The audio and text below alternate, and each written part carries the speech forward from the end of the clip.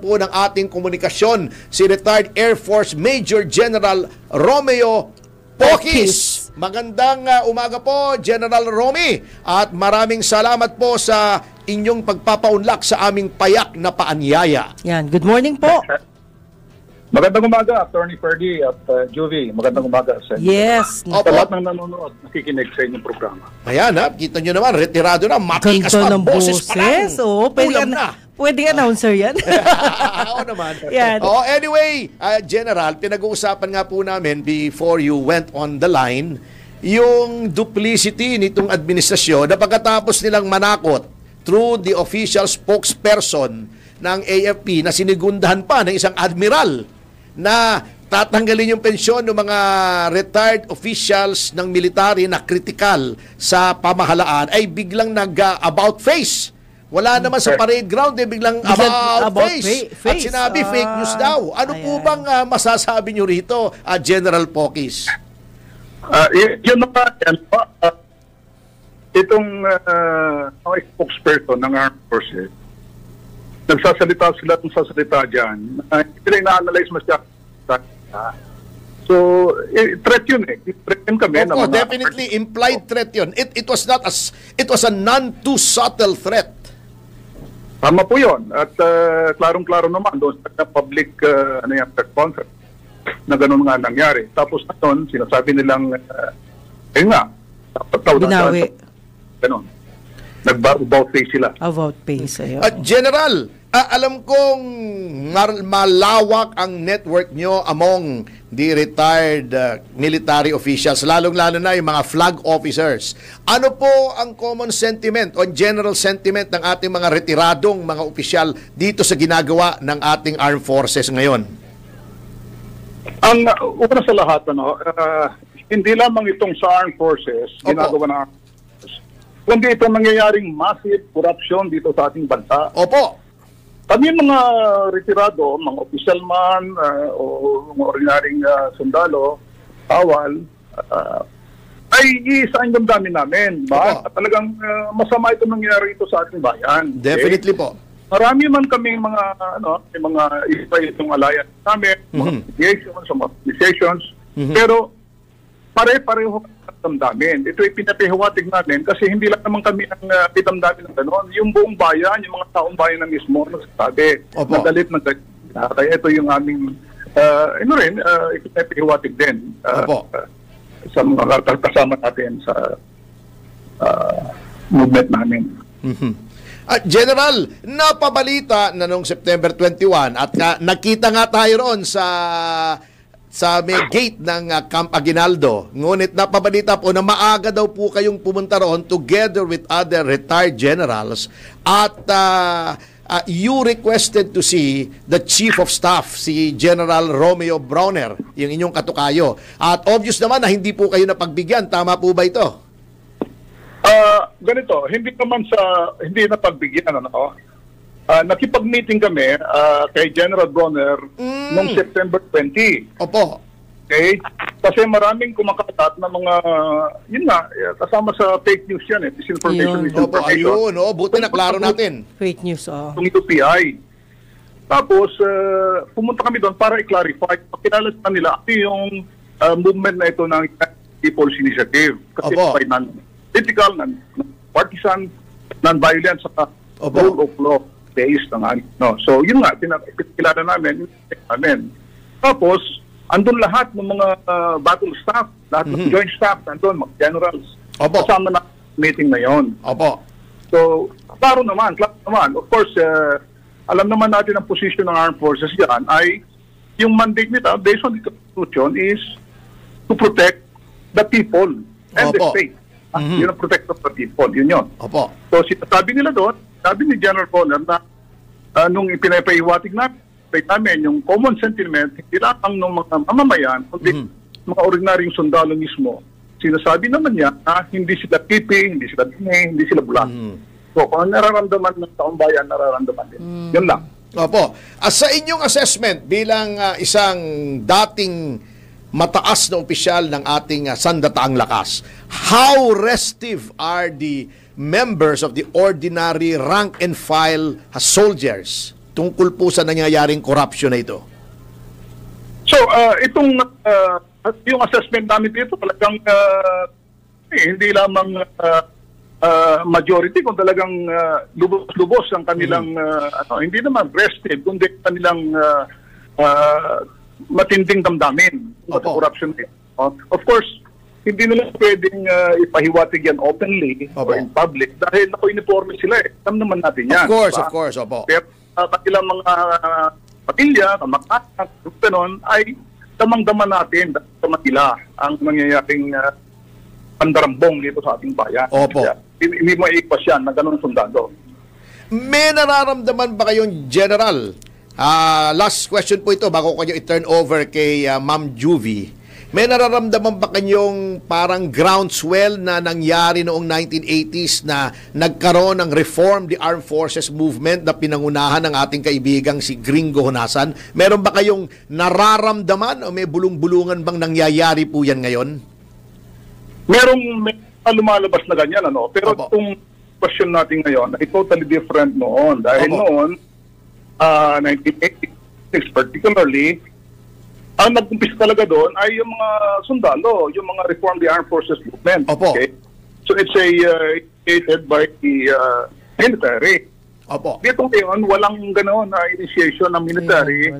Ang nangyayari ngayon ay ipinatihiwatig ng mga taong bayan mismo, kanilang hindi lang pagkadismaya, kundi yung galit at suot dito sa mga billion-billion, in fact, trillion na ng mga corruption na ito nangyayari. So marami mga alikastas dyan, may ibang grupo, in fact, isa ako sa sinasabi nilang nag-udyok tao ng kudita. Wala kaming pinag-uusapan, wala kaming pinag-udyokan na mag-kudita o sino man. Wala yun. Tama po yung kami man sa PDP ay we are against any extra-constitutional regime change. At ang aming stand, any change must be made within the four corners of our Constitution. Tama po yun. Yun po yung aming non-political kami. Constitutional based kami. Ayaw namin violence. Yun ang naming nasabi sa mga membro namin. Tama po yun. Kasi sabi nga ni Sting, yung singer, nothing comes from violence and nothing ever will. Di ba? Yung Fragile. Nothing comes from violence and nothing ever will. Di ba? May kantang ganun. Anyway, General, si Ma'am Juvie ay may mga konting katanungan po sa inyo. General, proud lang po ako sa inyo. At syempre, proud din ako sa mga kagaya rin po ninyo na men in uniform. But then, General, sa ganitong nangyari, anyway, nangyari na po, nasabi yung mali, di ba? Fake news nga daw. So, pakinggan din ho natin sana sila kung fake news yon. At least, nilinaw po ng ating kinauukulan dito sa gobyerno ngayon. So, ngayon po, ano pong next step natin para ho maging maayos din yung communication? Minsan ho, kasi marami yung miscommunication na ipinadadala ng mga tao na hindi naman ho talaga totoo actually. Kasi kagaya na nasabi nyo, ayaw nyo ng kaguluhan. Gayon din po ang mga taong naniniwala sa Panginoon, ayaw ng kaguluhan, di ho ba? Opo, tama po yan, Ma'am Juvie. Kaya po, General, ano pong ipapaalala natin sa mga tao na para hindi basta-basta naniniwala sa mga ganong sa panta? Kasi ayaw din ho natin na... Hindi nga fake news ito eh. Okay. Sige. Malinaw na sinabi nila yon bago umatras sila. Okay. Anyway, sige po, ano pong nyo masasabi? Yun, kaya po, ang ginawa namin, initiative, ay talagang pag-usap kami kay General Bronner para magkalit talaga. Kasi kaming lumalabas talaga, sinasadya yung information, mga ganyan. So, nakikiusap tayo na maski sa armed forces kuminsan, nadudulat sila eh. Yung mga spokesperson nila, masyadong yung eager beaver, sa linyada, nakikita talagang dapat nilang sabihin. Dapat, kasi anong nangyayari, parang sila pa yung nag-create ng instability. Diba? Correct. Opo. Anyway, maraming salamat po for your time, General Romy. At sana po sa uulitin ay maanyayahan po naming muli kayo. Thank you very much po. Thank you so much. God bless. Mabuhay po kayo at lahat ng ugat sa inyong katawan. Yan. Mabuhay. Yan po ang tinig ni retired General Romeo Poquis ng Philippine Air Force. Medyo talagang natakot yata sila Bumanat sila pagkatapos yung nagkaroon ng backlash.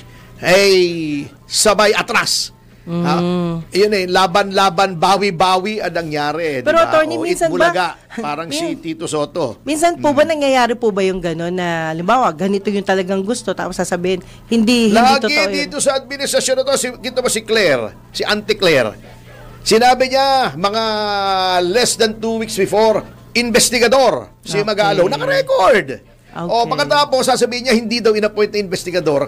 Kaya nga, naalala ko lagi, alam mo, parang pagkaganyan, lagi kong naaalala ang mahal nating Pangulong, si Noynoy Aquino. Na nagsabing, saan kayo kumukuha ng kapal ng muka para i-deny yung klarong-klaro naman na sinabi nyo? Haller, anyway, eto na, umalma na. At ito, mabigat ito kasi para umalma ang mga negosyante, it takes a lot. Kasi yung mga negosyante, usually cautious yan. Very cautious yan.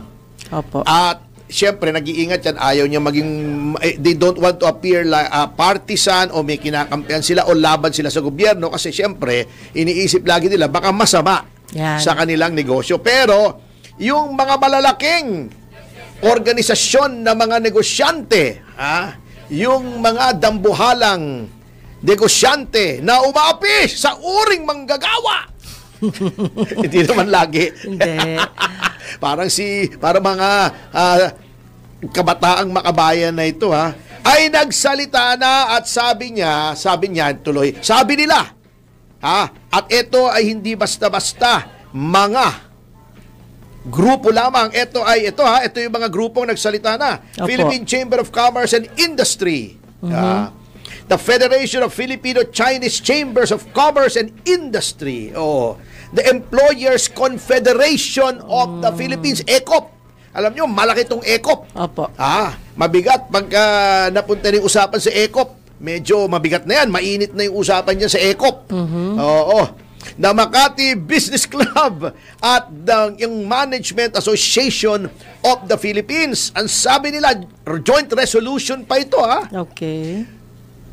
Nanawagan sila kay Pangulong Marcos na talagang tuldo ka na at ayusin ito para sa kanila the historic, massive and unprecedented corruption scandal crippling flood control and infrastructure projects. Mabigat.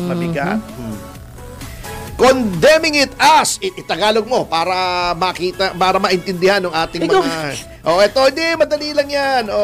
Ito daw, corruption na ito, bago tayo magtapos, is a crisis. Problemang malaki. That has eroded public trust.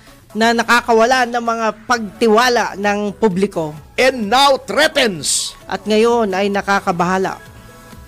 Our national security. Ang ating kaligtasan. At sinasabi nito mga negosyante ito, nagagalit sila, bayad kami ng bayad ng tax. Parang ganun ang sinabi nila Nakaw naman kayo ng nakaw. And wala man nangyari. Wala man nangyari.